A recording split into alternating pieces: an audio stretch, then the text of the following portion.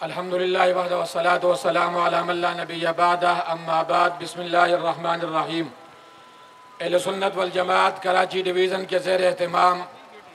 آج 22 جمادی الثانی یوم سیدنا ابو بکر صدیق رضی اللہ تعالیٰ عنہ کے حوالے سے مدح صحابہ کا یہ عظیم الشان جلوس انعقاد پذیر ہے۔ آج 22 جمادی الثانی ہیں اور 22 جمادی الثانی امام الصحابہ خلیفہ بلا فصل امام بلا فصل سیدنا ابو بکر صدیق رضی اللہ تعالیٰ عنہ کا یوم وفات ہے۔ کون ابو بکر صدیق رضی اللہ تعالیٰ عنہ؟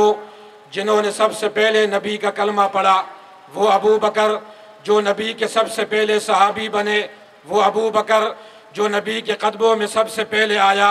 وہ ابو بکر جو نبی کا سب سے پہلا یار بنا، وہ ابو بکر جو نبی کا سب سے پہلا صحابی بنا، وہ ابو بکر جس نے نبی پر سب سے پہلے اپنا سب کچھ نچھاور کیا، وہ ابو بکر جس نے نبی کی محبت میں سب سے پہلے مار کھائی، وہ ابو بکر جسے جناب نبی کریم صلی اللہ علیہ وسلم نے کہا کہ لوگوں مجھ پر جتنے لوگوں نے احسانات کیے میں محمد نے سب کے احسانات کا بدلہ دے دیا۔ ابو بکر کے احسانات اتنے زیادہ ہیں، میں محمد اپنی زندگی میں ابو بکر کے احسانات کا بدلہ نہیں دے سکا۔ کل قیامت میں اللہ ابو بکر کے احسانات کا بدلہ دے گا۔ وہ ابو بکر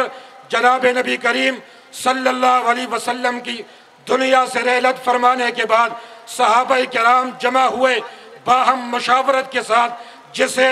نبی کا جانشین بنایا وہ ابو بکر، جسے نبی کا نائب بنایا وہ ابو بکر، جسے نبی کا خلیفہ بنایا وہ ابو بکر، جو امامت میں بھی بلا فصل ہے وہ ابو بکر، جو خلافت میں بھی بلا فصل ہے وہ ابو بکر۔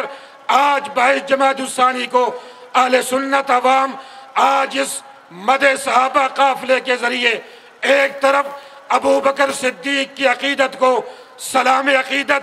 پیش کر رہی ہے، تو دوسری طرف ارباب اقتدار سے اہل سنت کا یہ جم غفیر مطالبہ کر رہا ہے کہ یوم ابو بکر کو سرکاری سطح پر منایا جائے۔ یہ مطالبہ منظور ہے؟